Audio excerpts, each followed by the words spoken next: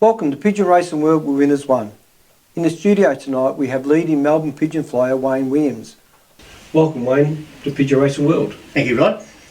Also in Queensland we have host David Christensen. Hi David. Hi Rod. Hi viewers.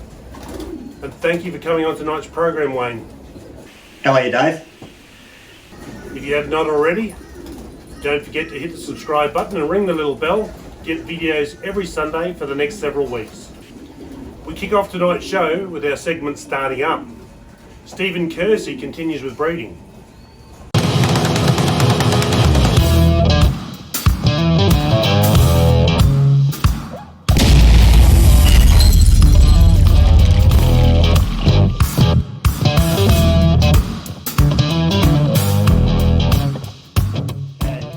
Last week we spoke about mating the birds. I'm going to speak about when to wean them, which is in my opinion, a very critical part of animal husbandry. Youngsters get weaned round about 25 days, which is probably a bit older than a lot of other people, 25 to 30 days. If you say, well, how do you work that out? Well, I always look at it and I look at the babies and make sure that the feathers under their wings have come out of the follicles. The bird itself is on the floor walking around, eating, pecking at the seed, and I always have a drink on the floor when I've got babies and they drink out. As soon as I see that they're doing that, I know that they're ready to look after themselves. I think that's very important that they know how to look after themselves so they don't have a setback, particularly from the drinking of water. People say, oh look, I've got a young'un with a drop tail feather, and I was always taught that a drop tail feather means that that baby has probably been dehydrated and didn't drink properly. Now, you can overcome that by watching them very closely. Later on I will show you at what the under the wing looks like, what the baby should be handling like at the point that you wean it. I always think that when you wean a baby it should be in the best condition, and if I can ever get it to be as nice and round and beautiful and silky as they are the day you wean them, I know that, you know, if I'm racing and they get like that, you know they're in really good order. Once you wean the babies into the pen that you're going to keep them in, you've got to keep an eye on them, make sure they're drinking properly. And one of the indicators is that the young ones blink. When you look at them and they sort of got blinking their eyes, it normally also means that they haven't found the water. The move from one pen to another may have just stressed them a little bit. So just make sure any pigeons that have got a bit of a blinky eye dunk their head in the water and teach them where it is. Pigeons are pretty smart. Once you teach them something once, they generally remember it forever. Once they're up in the loft where they're going to live, I let them out. My loft here, I'm surrounded by trees, so I've got an aviary that's on wheels, which I put in front of the entrance. And all the babies go out there and they sit out all day looking at the magpies and the crows and everything else flying around. A couple of days a week I put a bath in so they can have a bath. But getting them in, I use the routine as if they were out flying. I put the trays in. I use the same small feed that I gave their parents twice a day. I feed them in with that. And I shepherd them all in, so they all go in through the trap. Now, birds going through a bob wire is not a natural thing, but I've found that I do it once. I do it on the day of weaning. I put them in through the bob wires, and I never ever have to do it again. They remember. I use a tennis racket as a marshalling tool. Some people use just a stick, but I use a tennis racket, and I think the pigeons regard it almost as an extension of my own hand, and I can just walk all my babies in and they get used to it. Every day they're sitting out in the aviary, I call them in for food, walk them in with the tennis racket as an extension of my hand, and they go in, so they get quite used to it. So after they've done that a few times, and they're in the routine then that they go out and that I feed them in and they go back in through the bob traps. So I wheel the aviary away and then I let them out. And they all walk out and they go, oh, there's no aviary here, but that's fine. They don't get a fright. They walk out on the landing board. Within a minute, some of them are up actually on the loft roof or on the aviary roof. And I just leave them out for an hour and a half every day, 2 hours. And I go down and I just call them in. And I call them in with a small seed.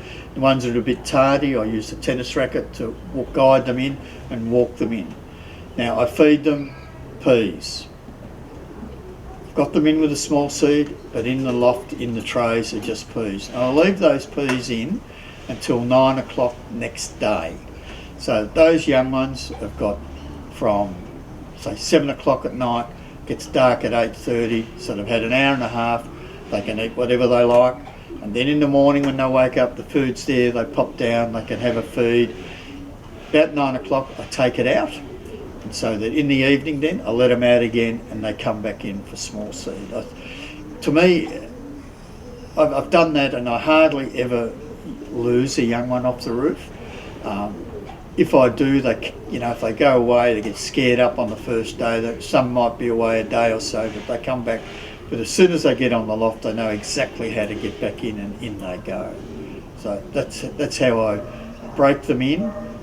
And then once they're broken in, and I'm quite happy, I let them walk around. And as I said, each round is kept separate, and then I let them all out together. And once they're all together, they start to naturally take off, and you'll get 10 or 12 or 20 of them will take off, and within a few weeks they all want to go and they just take off themselves. I rarely have to chase them up because young pigeons just love to fly.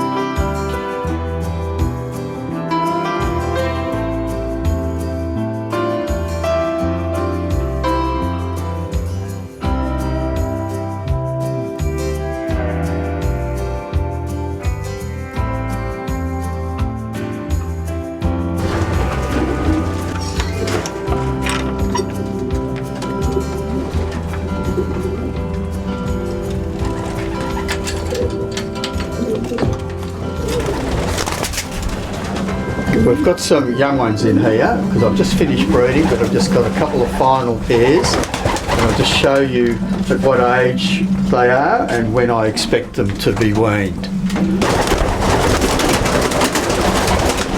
These two babies here are they're not ready to wean, but you can see at the age they are, they're starting to reach that stage. They're under their wing, the feathers are starting to burst through.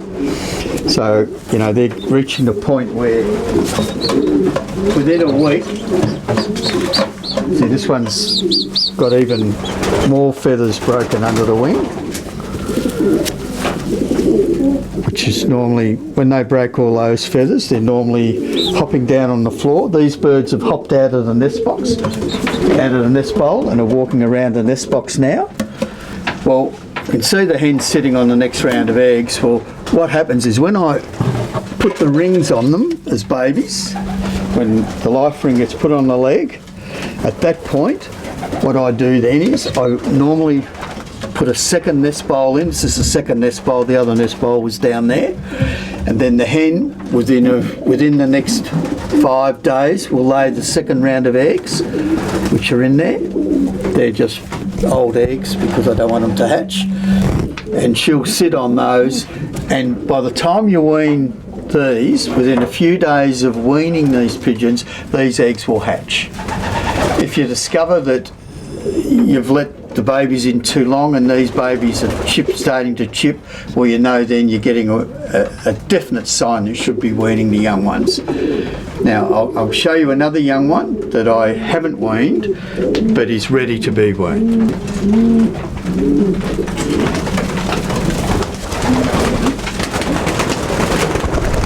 Now this baby is about 8 to 10 days older than the other two.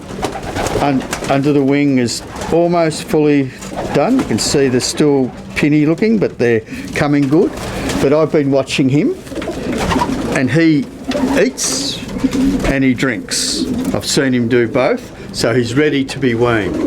His parents are sitting on eggs, but they haven't hatched yet, but he's ready to go across. You can see where he's still getting fed by his father. He's still got the wattle to show that, but if I put him now with the other babies, he would be weaned.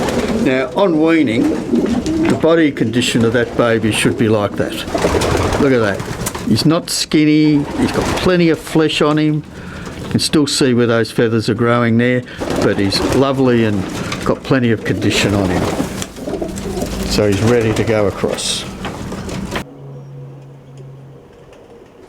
See, this little baby, he's about another 3 days behind the other little blue bar babies, but he's just starting to pop out of his nest bowl, but you can see under the wing just all pin feathers, and that's what's you've got to wait for that to be covered in. Here's another squeaker young baby at weaning age. You can see it's still got a little bit of down on it, but if you look under the wing, the feathers are a little bit more advanced, but they're not quite. You can see they're still growing. But he's, within a few days, that pigeon will be ready. I've been watching it in the nest. It hasn't jumped out of the nest yet. Normally they would jump out and go walking around, but this one hasn't yet, neither it or its nestmate. So probably another day or so. But yeah, and as I said, like that other young one, really nice condition, nice and plump, well-reared young one. You might wonder why there's a coat hanging up here, and the reason is that I wear a coat normally, and by having this here, the young birds are so used to it that they don't have a fright. Now, I actually saw this the first time in Ireland in a fellow by the name of McWhinney's loft who had a famous pigeon called Glendy, and he showed me his babies, and he had his coat hanging in the loft, and the pigeons was all sitting on the edge on the coat hanger. And I just said, why do you do that? He says, well, from the day they're weaned, they recognise the coat, and the coat never hurts them, and I wear a coat all the time, so the pigeons are quite used to it. And with young birds, it's about keeping them calm and used to you as a person. But as I said, I wean them in there. I've got water on the floor as well as water in a drinker on the floor, as well as the normal drinkers on the outside of the loft. This is just for the babies, and once they get to a certain age, I take the drinkers on the floor out and I just use the main drinkers. But I make sure that they've got water at all times. I'm very particular about babies not going without any water at all. Now, to home these babies, what I normally do is I put them into the aviary, which goes over the doorway here. What I do is I have this aviary, which for most of the year is just sat there not used, but I bring it over, lock it onto there, then the babies can come out. I open the loft up and the babies come out here and they can sit in the sun all day. So they see the sky, they see everything that's going on, they know what's happening. Now the reason I've done this is because I'm surrounded by trees, as you can see, and I used to lose quite a few babies because they'd get out behind the trees and they couldn't find the loft again, and they'd be going backwards and forwards. But since I've done this, losses have been, well, last 3 years I haven't lost a baby off the roof. So, you know, it's just terrific. And you can wean them at a different age too. This year I was given some pigeons, 4 pigeons, before it even started breeding, and I just put them in the loft, let them come into the cage, and by the time I let them out they only had 2 flights to go, and I let them out and have had no issues because they were already home, because once pigeons can see the sky, no, they're right, they don't get a fright. When I want to get the young ones in, I put the small, call them in with small seed, and I use my trusty old very expensive tennis racket, which becomes an extension of my hand, and I just walk my babies in like that. And they don't fly, they just get used to it, so that on race day, if a pigeon's a bit tardy about going in, I can just get him in with the old tennis racket. Because a pigeon thinks that that's the extension of my hand. Pigeons can't differentiate that that's what it is. And of course, if I push them with this, it doesn't hurt them. They just walk, you know, it just doesn't worry them. Another advantage of having this portable aviary is that with the babies, when I've weaned them, I can give them a bath out here, and they can sit in the bath, and they're quite safe from attack from goshawks, because goshawk can't get them. And it gives them, pigeons, once they can have a few baths at a loft, it gives them confidence and reinforces where they live. That's just my opinion, but I think that happens. And of course, if I don't want to let me birds out, but I just want to give them a bath, I can put the aviary across, put a bath in there, and they just all run out and jump in the bath. And it's, you know, it's a simple bit of management from my perspective. There's a number of nesting bowls you can use when breeding. Some people prefer the terracotta. They may put a little bit of washed sand in the bottom before the bedding. We use the plastic ones with the nest felts and a bit of straw. David will cover further how you use the nest felts. Here we have a couple of examples of plastic nest bowls and nest felts. This is coconut fibre nest felt. They just simply sit in and push down. Or we have a carpet underlay nest felt. These ones actually come with a sticky backing. You just remove the backing.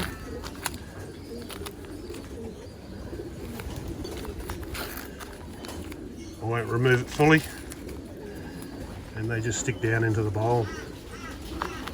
Like that. Up here in Queensland we like to use pine needles. It just stimulates the birds into building a nest. And the pine needles act as a deterrent for insects or mites.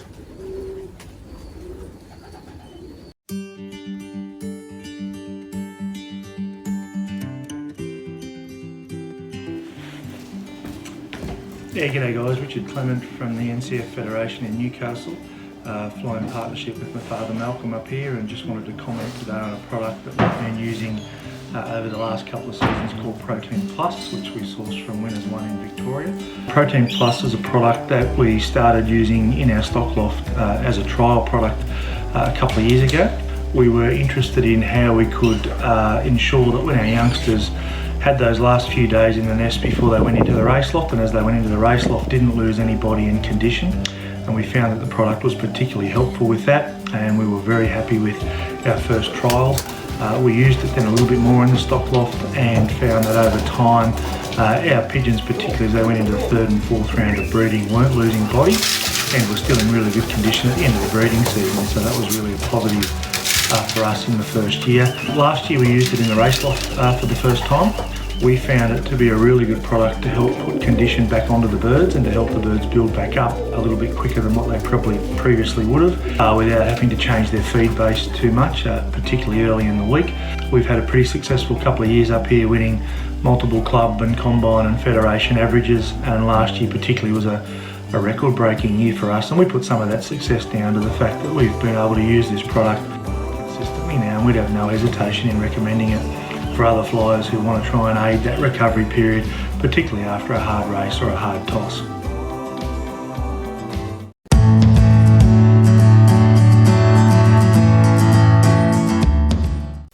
Wayne, can you tell viewers about your racing career, when you started and your racing success? I started racing when I was about 17. I've been flying for roughly 41, 42 years. I started in a club in Ivanhoe, the VHA, as a junior, and I flew for about 5 years there. It was very hard to fly, a very strong club, very hard to fly because I was playing football at the time, so I would clock my birds and then shoot off to football. Normally get picked up by one of the other players or have to ride my bike there. So that's how I started, and then I moved up to the Union in '86 and started flying in the Union, VPU. Have you had any breaks from racing in that time? I was going to have 1 year off, which I was doing an extension on my house, and a fellow that was flying in the VPU with me, a fellow by the name of Brian Inglesman, asked me to fly a year with him as a partner while I did the extension on the house. So I was having that year off, but I did not. I flew with Brian for that 1 year. We'll talk about in recent years first. You've had some great success winning aggregates. Can you tell us those aggregate positions you've gone over the last 5 years, we'll say? Last year I won the aggregate. The year before that I won the aggregate.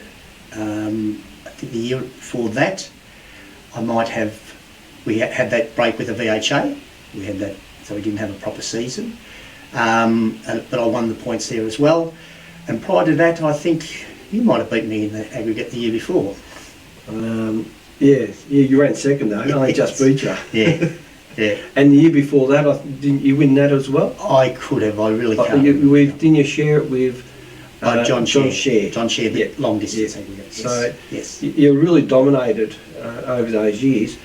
How do you do it? Health in the loft. You have to have health in the loft. You have to have decent pigeons. You need to go out and either purchase them or get to know flyers, and I've been very lucky. I have known Brian Inglesman. He gave me some Wickhams, and also I've got a partner now by the name of Dave Hunter, and he has got a lot of imports. So I've put those imports through my pigeons, and they have been very successful. Wayne, what family lines do you currently keep?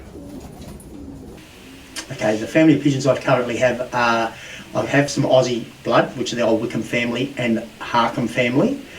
I have, in the imports, I have mainly Hubans, a few Jansons through them, and there are some Cassards in there as well. And Herman Coisters as well. Having several breeding families, do you tend to cross or keep the pigeons straight?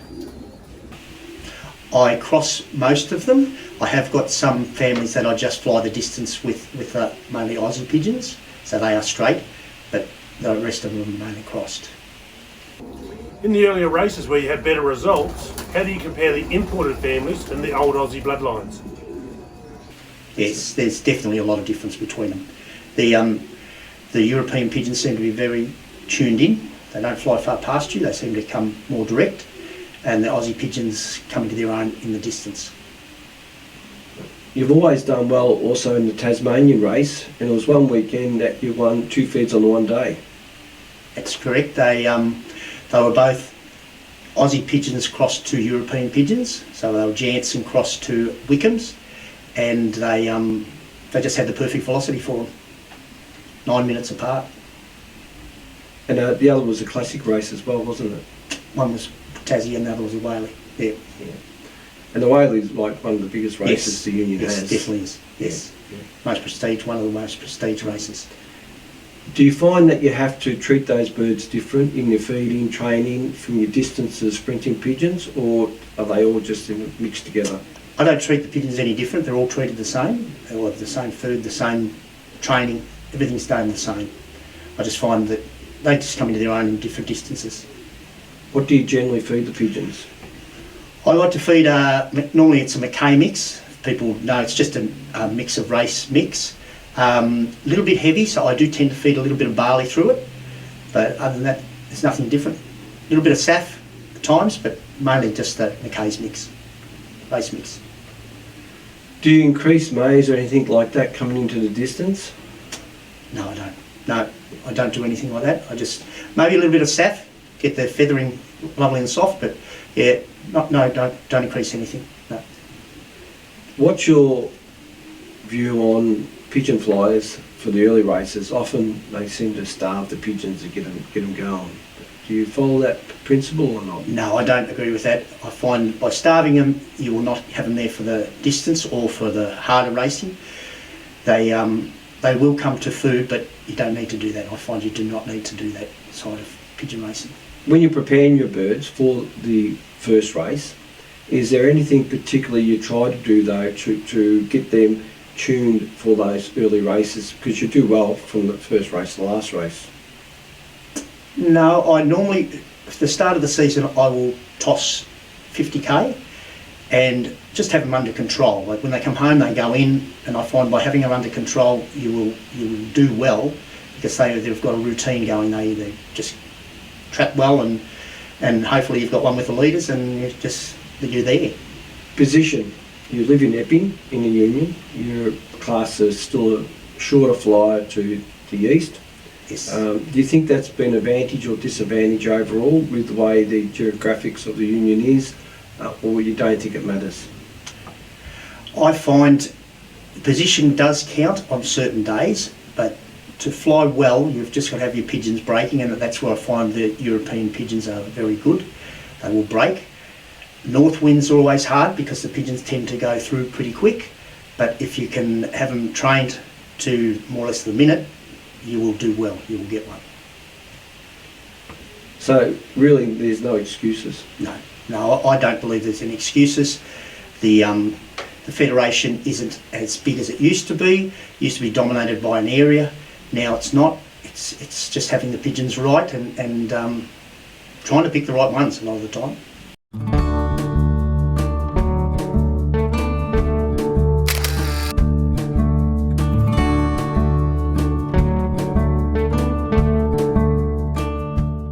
I want to tell you a little story about my best pigeon, Gladiator, the Olympic pigeon and national ace bird for my loft. Yeah, that weekend he won the second prize, so he became Olympic pigeon and national ace bird.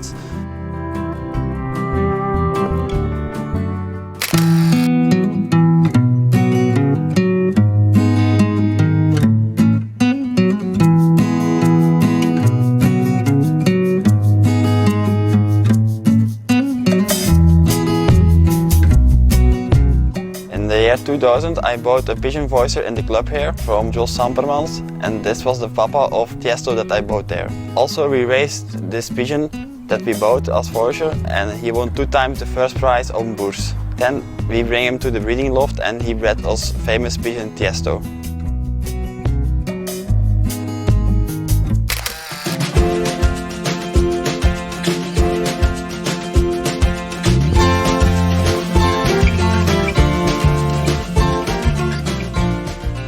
In 2017 I made my restart in the pigeon sport, and I decided to build my strain around one specific pigeon, Finn, and also of course his parents.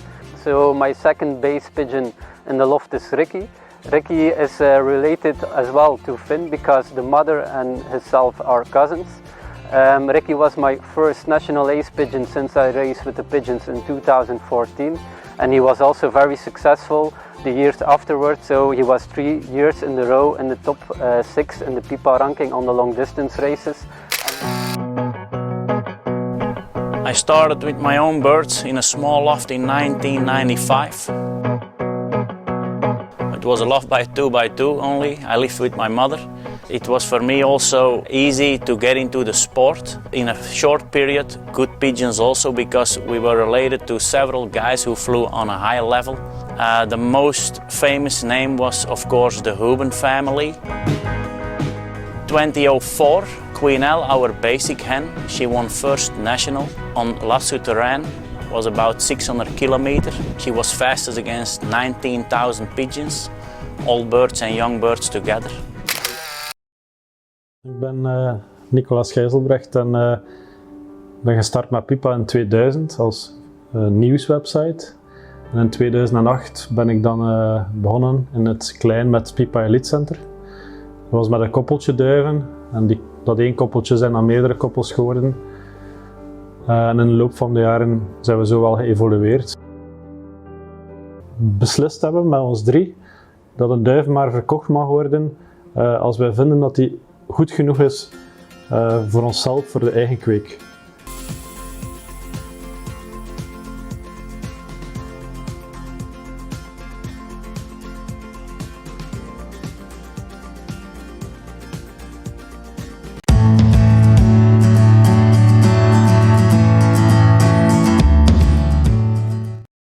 We popped down to your place, Wayne, during the week to look at your setup.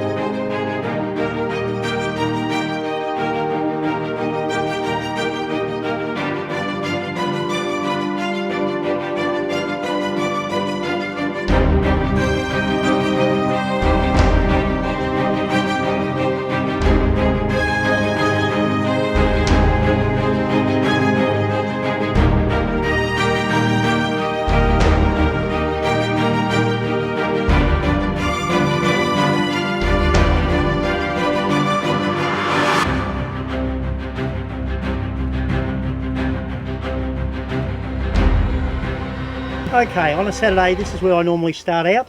Quite often there might be a couple of blokes here with me having a beer, not pigeon flyers. The procedure is I'll have the fantails sitting out here. We wait here till we see the pigeons in the air. I will throw the fantails, then I'll proceed in here, through the gate. By this time I'm hoping that the pigeon is on the board and I might just have to walk it in. I have a benzene clock, so it is quite easy. You do not scare them, you just walk their way in. They do not get trap shy. And I have a drop board, so they only just drop in. There are no bobs, they just drop down. And that's how I clock. You got your Sputnik, haven't you? Yeah. They're the best thing, benzenes. Oh yeah. I remember when I used to clock another, you get them so shy. Because you're panicking, they're panicking. Ripping the rubber off your leg. Okay, what I found this year, because we have a lot of 2-year-olds going to race, I have separated early this year. I have 3 sections for the hens and 2 for the cocks. This first section is the hens, which are made up of yearlings and 2-year-olds.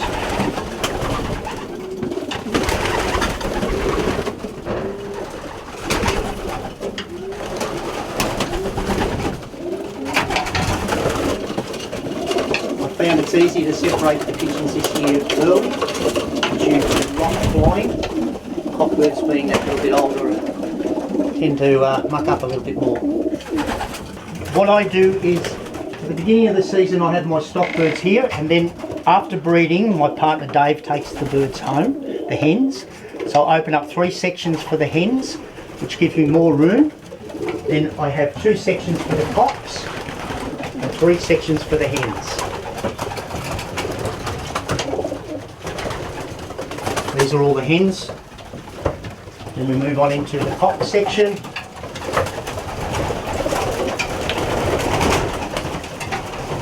And the last section, as we come up,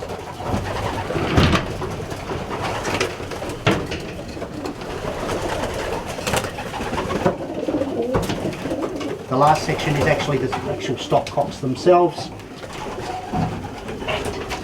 And as I said, Dave Hunter has got my hens at his property.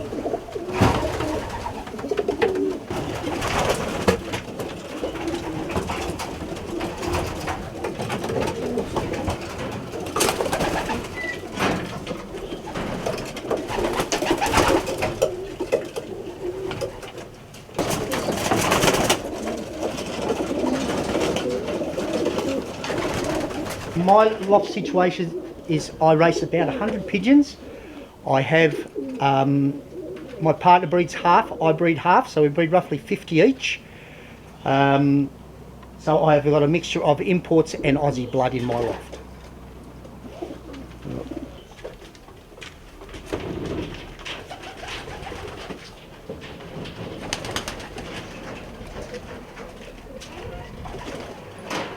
This is one of my better breeding pigeons in the loft. It is a Wickham, which is Brian Inglesman's Wickhams, to a Harkham pigeon, and I crossed this with one of Dave's cocks, which is a Hooban, and it has produced me multiple fed positions. One of the better stock hens in my life.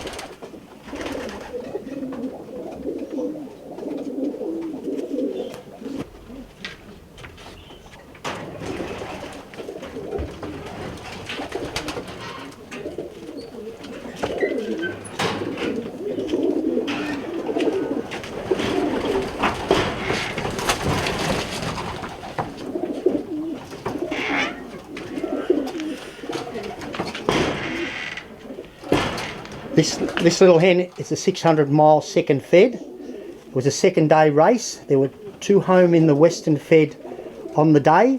I clocked early in the morning. I think it was about 5 to 6. I ran second in the club. There was one earlier. I actually came out just after daylight, expecting to see pigeon a bit later, and the pigeon was already in the loft.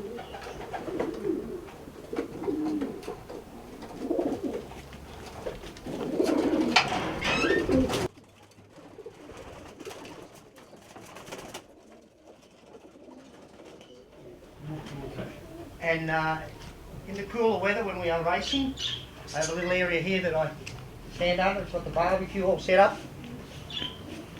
We sit under here, just relaxing, waiting for the birds.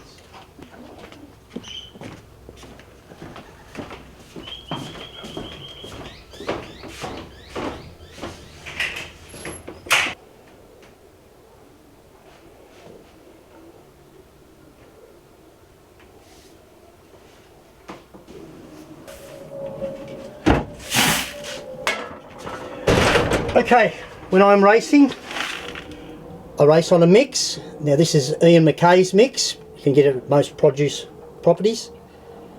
I feed that, and I also mix, I find it's a little bit heavy in the early races, so then I mix a bit of barley in with it. Not too much, maybe one tin per 3 tins of mix. Just for those earlier races.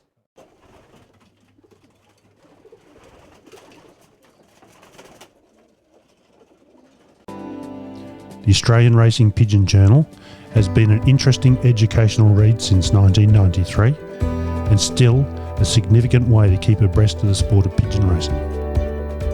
In each exciting monthly magazine, editor Jeff Howe brings together Australian and international articles. Join pigeon fanciers throughout the world who subscribe and enjoy the Australian Racing Pigeon Journal.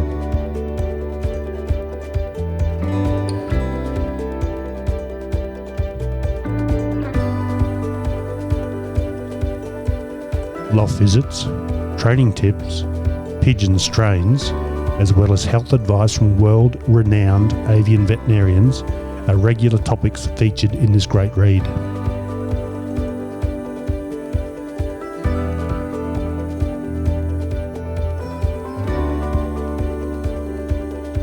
There is nothing better than keeping a quality magazine on the shelf to read anytime.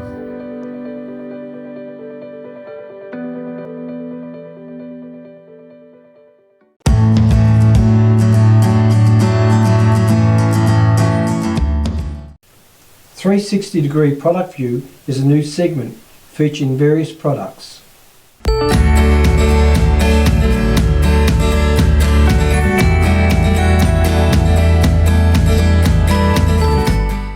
In the first show of Series 2, Dave Weathering showed us his ducted fogging system. This is not unusual in certain parts of the world. How we got involved a number of years ago, at one of Melbourne's leading vets who specialises in the chooks and exotic birds suggested, why don't we fog their birds? And I said to him, well, why don't we? I don't know. He said, well, the chook industry uses it extensively to help the respiratory, and also they medicate using the fogger. So I did a bit of research on that, studied what was used overseas, and what was determined was the best system was to use a cold fogger. We outsourced a number, we tested them for a year, and we found that this particular unit worked very well and for fogging the birds. Yeah.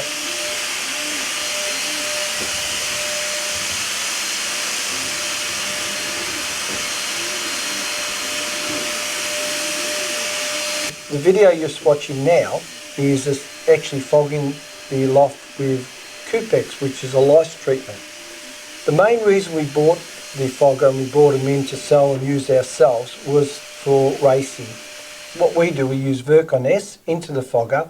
We do treat them the day of racing. This is done around lunchtime. If the birds have had a day they train, once they've come in and had a drink. The secret is to fog the birds when they're in the loft, so they're absorbing and breathing in the Virkon S. The reason for this, as this leading veterinarian said to us, was for respiratory, to help cut down any respiratory issues. It doesn't affect the pigeons at all. They may blink a little bit as they're breathing it in, and you don't overdo it. The dose rate in the fogger is 1 level teaspoon of Virkon S to 1 litre of water. Now this would not be the measurement if you ever gave it in the water, as some people may do. Is it recommended in the water for drinking or not? Well, it's something that different people have different opinions on. But if you ever did give it in the water, that would be 1 level teaspoon to 10 litres. So it's a different dose. Does giving in the water help respiratory? Well, it's working different. If they're drinking in the water, they're not absorbing it into the lungs, and it's got no advantage whatsoever for respiratory. It may alter the bacteria in the gut. If that's good or bad, I don't know. But for respiratory, this is something that we'll recommend it. Different industries do it, and in the end it was recommended by a leading vet. We tried it, it works well. Another benefit of spraying the loft with Virkon S, it's killing any bacteria in the loft, which in turn is a benefit to the pigeons. One interstate federation that we know uses the fogger to fog the truck once it comes back from a race. Now if you're looking for a fogging machine, it's very important to have the smallest droplet possible. So we use the fogger for a number of applications, mainly with the Virkon S to fog the birds, to breathe it in, and also to sterilise the loft. Occasionally with Coupex for help licensing the pigeons, and also with the fogger, it gets in the perches, the Coupex, gets on in the little crevices by being a fogger. And we just find it's a great tool for racing and the off season for general pigeon husbandry.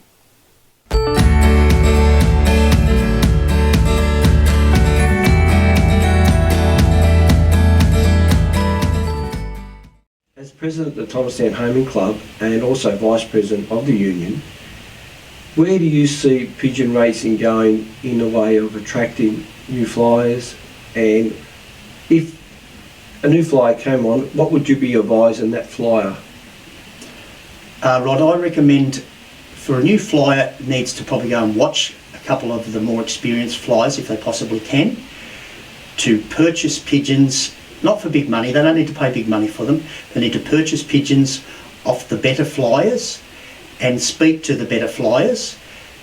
Get in their ear a little bit and find out all the little knick-knacks and proceed from there. Don't go out and spend big money on them and think you've got to have a lot of pigeons. You just concentrate on the pigeons you've got, and as you get better, you improve your stock and go from there. When you start up, I would like to see older flyers actually give members pigeons.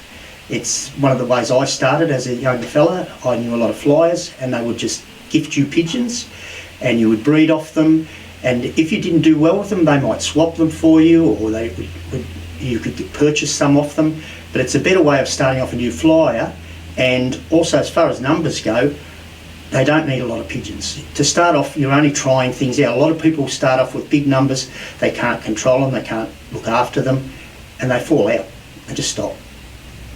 I must admit, I've advised new flyers myself. They've come in, they want to buy birds, and I've said to them, look, often they haven't got a big setup, they're just starting up, they don't know a lot about it, and I've advised them to buy less birds, buy 2 pairs. Bit of quality. They don't have to be direct off the imports. No. And then what I suggest them do the first year, breed youngsters, so you keep them one line generally. Then you've got, all of a sudden, from buying 4 birds, you've got 12, 14 birds, and then you can cross in the next year. So take 1 year off, go to the club, get to know the people. Then all of a sudden you've got a loft full of really good quality stock birds, and you haven't paid a lot of money. To go out and buy, and I've seen it myself, they go to certain auctions, then they're buying this, there and everything, and they've spent a lot of money, that they end up buying race teams and all that. And I'm not against race teams, but what you can spend for a race team, you can buy a couple of quality stock birds. And I found that's probably the better way. Would you suggest someone do similar? Certainly, Rod. I would. The best way to do it is to buy pigeons, and then, as you say, breed off them, concentrate on that family, see if they're any good to you, because you might buy the pigeons but you don't buy the flyer. So you really need to study the way the flyer might fly. Area pigeons, you'll find that some pigeons won't fly to the shorter of the points. You need those distance pigeons. It just depends on the person that you're purchasing them off. That's the way I would be doing it. I would recommend people to go and buy pigeons off a established flyer, or, as you say, a stud. You can buy them off a stud, but you need to concentrate on what you're doing with them, because you are not the stud. You need to know how to fly a pigeon. So that's where you need to go back to older flyers and actually talk to them and get a little bit of knowledge off them. They'll help you out. Years ago, Wayne, anyone starting up, they'd normally, if they're a young guy, they'd work in it, and they'd tee up with a pigeon flyer, they'd be helping him clean the lofts, they'd learn the basics, and often then that guy would give him birds. We never see that anymore. Well, Rod, that's the way I actually started. I started with an old fellow across the road from me by the name of Huey Shearer, and I used to be his loft manager, and I used to run over there every day after school and clean his cage out. And in the end, he ended up giving me all the strays that had come in. They weren't run pigeons, but then eventually he gave me a couple of race pigeons, and that got me started. And it took me, I was probably 9 or 10 when I first started that, and I started racing when I was 17. So I did my apprenticeship. I enjoyed seeing your setup, Wayne. Before finishing up tonight, I have one final question. Would you like to see all the Melbourne federations come together in the longer races, then in turn create more national races? Well, my opinion on that, Dave, is the sooner we get together, the better. For costs, for releasing of the pigeons, the numbers will be there, so we can get more pigeons home from these distance racing. and it is great to have the competition where we can actually compete against all federations to see where we are actually sitting, not to just compete against your own fed. It would be great to see where we actually sit in the whole overview of all federations. The distance racing is not governed by the weather, the winds as much as what short distance racing is. So the leaders will still get into Melbourne. They are the actual leaders. So it doesn't matter where they live, they are the actual leaders. So it is more of a truer race, I believe. It's not as wind orientated. I'd like to thank you, Wayne, for coming on Pigeon Racing World with Winners1. It's been a great pleasure. Thank you very much, Rod. Thank you, Dave, and all the best. You're welcome, Wayne, and good night, viewers. We close tonight's show with more of Wayne at his loft with the pigeons working the sky doing their daily training. Okay, I normally let my birds out around 3:30 of the night every night, rain or shine, and I toss regularly Saturday and Sunday during race season.